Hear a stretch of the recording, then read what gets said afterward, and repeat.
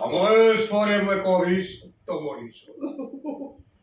ବଞ୍ଚିବାର ରାହା ଖୋଜୁଛି ମୁଁ, ନା ବଞ୍ଚି ପାରୁଛି ନା ମୁଁ ମରି ପାରୁଛି।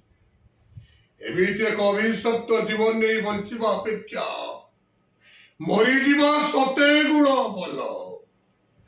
ବାପା, ତମେ ସେଇ ସ୍ୱର୍ଗରେ ଥାଇ ଦେଖ ବାପା। ତମେ ଦିନେ ମତେ କହୁଥିଲ ରଞ୍ଜନ, ଏ ସମାଜକୁ ଏମିତି ନୀତି ଶିକ୍ଷା ଦବୁ, ନିଶା ଯେମିତି କେହି ନ ଖାଆନ୍ତି। ଏ ସମାଜକୁ ଏମିତିକା ଶିକ୍ଷା ଦବୁ, ସମସ୍ତେ ଯେମିତି ଭଲରେ ରହିବେ। ବାପା, ତମେ ସେଇ ସ୍ୱର୍ଗରେ ଥାଇ ଦେଖ ବାପା। ଆଜି ଏ ଯୁବ ସମାଜ ନିଶା ନିଶା କହି ପାଗଳ।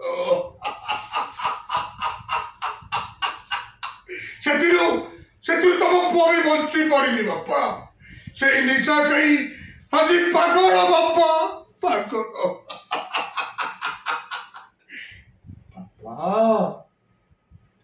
ଏ ସୁସ୍ଥ ସମାଜ ଯୁବ ସମାଜକୁ ବଞ୍ଚିବା ପାଇଁ ତମେ ସେମାନଙ୍କୁ ପ୍ରେରଣା ଦିଅ ବାପା। ଜଗତର ନାଥ ଜଗନ୍ନାଥଙ୍କୁ ତମେ ପ୍ରେରଣା ଦିଅ।